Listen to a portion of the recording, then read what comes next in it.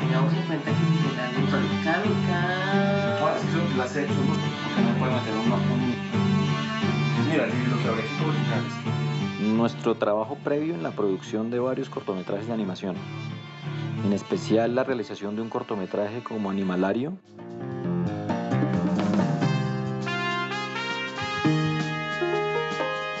nos brindó la experiencia necesaria para asumir el reto y las complejidades que planteaba una serie como Sabogal. Aún así sabíamos de antemano que Sabogal implicaba un conjunto de procesos que no se habían afrontado en producciones latinoamericanas. Entonces, entiendo, hay que levantar el texto del largo, que eso sucede a partir del lunes en adelante. Este proyecto es el resultado también de un trabajo de muchos años de colaboración con Sergio.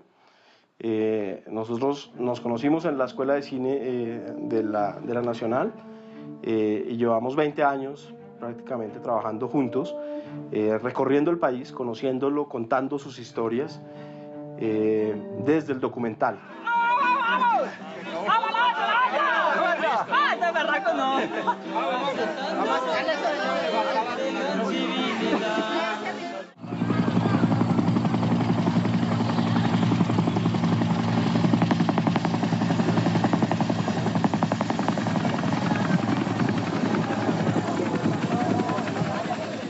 Buenos días para todos los presentes en esta sala y las personas que se encuentran en las salas alternas en la ciudad de Medellín, de Popayán y Cali. La Fiscalía 17 delegada para el Tribunal de Justicia y Paz da inicio. Llegó un momento en el que Sergio se cansó de estar detrás de la cámara y pasó a la animación. Y a partir de ahí empieza también para mí una reflexión de cómo contar la historia del país de otra manera. Acudo a este honorable tribunal en calidad de representante civil de los hombres y mujeres que allí vivían en armonía con la naturaleza. De aquellos que tuvieron que salir entre el llanto y la sangre abandonándolo todo. De aquellos que se hacinaron en los cordones de miseria de las ciudades capitales esperando volver. Y de aquellos que finalmente regresaron y resisten con dignidad a los señores de la guerra, de la codicia y de la muerte. En Tres Dados siempre hemos dicho que las animaciones no las hacemos desde el escritorio. Y eso quiere decir que nosotros llevamos 20 años de un trabajo dedicado a hacer documental. Sabogal no está contando algo que no conozcamos. En Sabogal se están contando muchas historias que hemos venido oyendo hace mucho tiempo y que hemos trabajado Juan José, Sergio y yo en el lenguaje documental. Es interesante porque todo ese trabajo previo de construir la historia de Colombia desde lo documental nos ha permitido pararnos, digamos, con cierto criterio frente a la construcción de esta serie Sabogal. Yo estoy muy emocionado porque es como... Esta semana es clave porque es el resultado, podemos ver en concreto a lo que le llevamos camellando y soñando desde hace casi un año. Esta semana es clave por eso. Yo quiero agradecerles de todo corazón por tanto empeño y por tanto sacrificio y por tantas trasnochadas. Nosotros sabemos, estamos convencidos también que esto es una apuesta, esto es un riesgo el que estamos corriendo nosotros como artistas, como autores, como creadores, porque esto no se ha hecho, no tenemos ningún referente, estamos aventurándonos en un camino y no sabemos cuál puede ser la recepción que tenga esto por parte del espectador.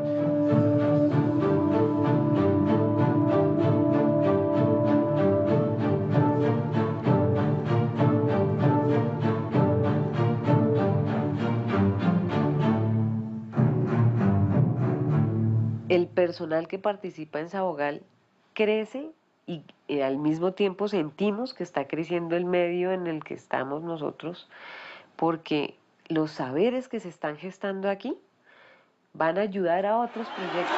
La movilización de hoy debe continuar por campos y ciudades sin descanso. Generando conocimiento que está impregnando esta historia y que esperamos que que se pueda ver en lo que el público recibe, pero que está fortaleciendo este gremio, este segmento dedicado a la animación.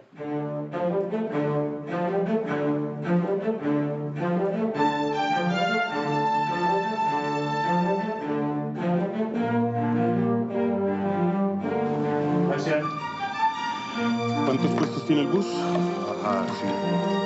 Vamos de la funeraria al cementerio a las 3 de la tarde. Como productora, tengo que decir que afortunadamente mi relación y el trabajo que tenemos con los dos directores, con Juan José y con Sergio, es fundamental para haber dominado este monstruo. Elías. En la que supuestamente Santos había sugerido la creación de un grupo paramilitar en Bogotá, que no es más que Santos que está escuchando eso.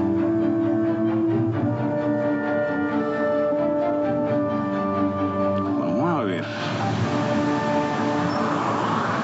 Preocupado. Cuando eso salga al aire, hay que cuidarse, Pecho. Nosotros hemos sido muy cuidadosos de los detalles, de las investigaciones, de los archivos, de trabajar con hechos que fueron reales, pero llevarlos a una narración que atrape, que seduzca, que obedece también a los retos de una televisión pública que mira hacia el futuro y que mirando su historia cuenta a este público de una manera novedosa lo que nosotros hemos vivido como país.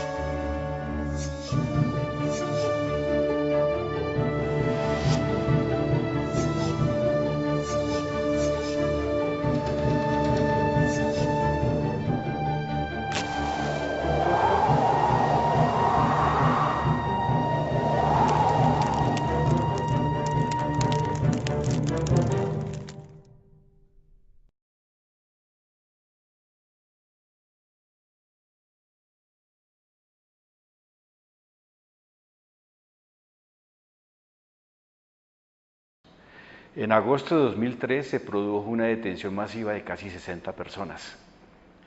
Y esa detención masiva trajo como consecuencia un gran desplazamiento de la población del Cañón de Anaime, porque los campesinos en Colombia le temen más a una detención arbitraria que incluso a su propia muerte. Luego, en noviembre del mismo año 2003, es cuando se produce el asesinato de los 5 campesinos, que hoy sabemos pues fue cometido por la fuerza pública, que fue sacando a los campesinos, sometidos a tortura y luego desaparecidos, enterrados dentro de la misma región. Y en abril de 2004, una familia fue obligada a salir de su casa porque todas las evidencias indican que las personas salieron de forma apresurada y de forma forzada de su vivienda y luego son reportados como muertos en un incidente, en una situación no esperada por parte de los miembros del Ejército Nacional.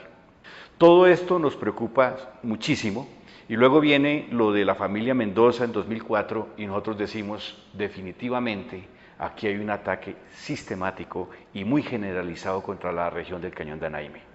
Y además se está justificando los crímenes como con presencia de grupos paramilitares cuando los grupos paramilitares no han hecho presencia en esa zona. Y es cuando nosotros decimos definitivamente tenemos que pensar en llevar el caso ante la Corte Penal Internacional. Cuando redactamos la comunicación para llevarlo a la Corte Penal Internacional, se comenzaron a producir las primeras decisiones de la Fiscalía vinculando a los miembros de la fuerza pública que habían cometido los crímenes de noviembre de 2003, así como los crímenes en relación a la familia Mendoza cometido en abril de 2004. Y por supuesto que al comenzar la justicia colombiana a dar resultados, pues ya no ameritaba llevar el caso ante la Corte Penal Internacional. Pero el caso del Cañón de Anaime y toda la persecución estatal contra el Cañón de Anaime reunía todas las condiciones para que la Corte Penal Internacional se ocupara de ese asunto.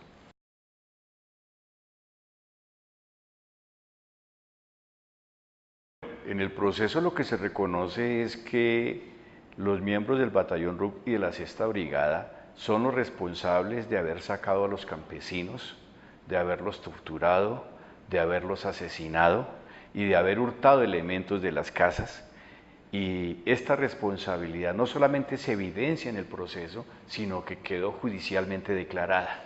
Es así que el Tribunal de Bogotá ordena un acto de perdón público y ordena que ese acto de perdón público se debe hacer desde el Ministerio de Defensa, de la Brigada Sexta y del Batallón RUC.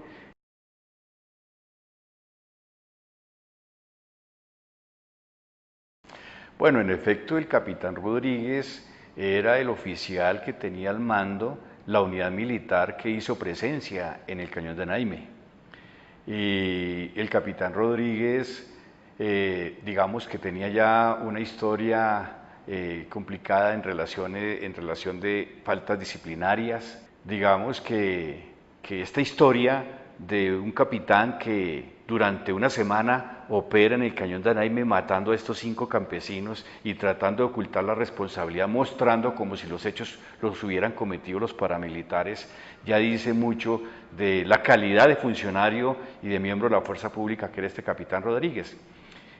Eso hay que tener en cuenta también que luego de los hechos y de salir del ejército, precisamente es capturado con 200 kilos de cocaína y también la justicia lo condenó por ese delito. Y luego de todo esto, también se conoce que era un lugarteniente de uno de los más grandes capos de Colombia, ¿no?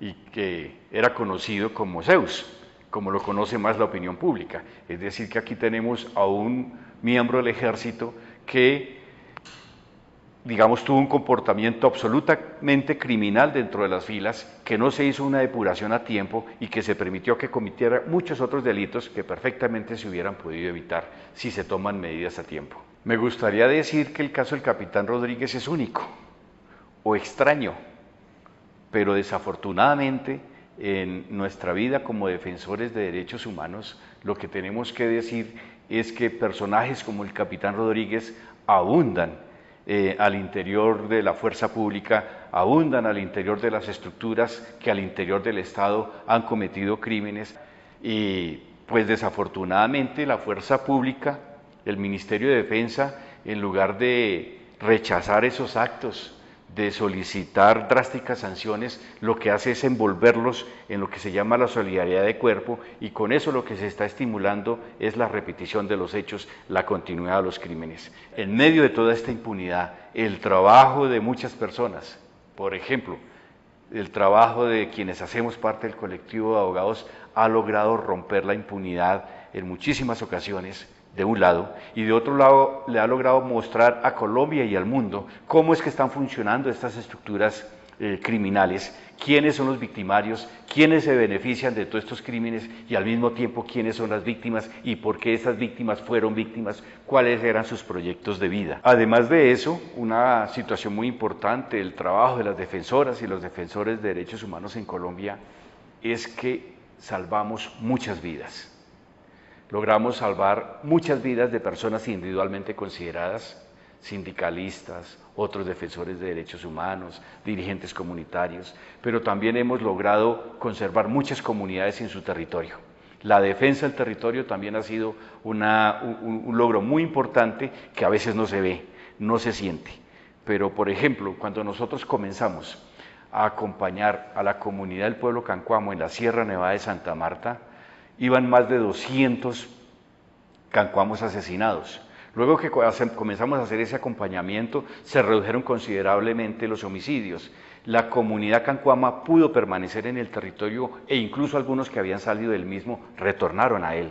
Entonces son también esas satisfacciones enormes que tenemos como defensores de derechos humanos con la siempre voluntad y compromiso de seguir construyendo un país para todos, democrático y que se fundamente en el respeto de los derechos humanos de todos.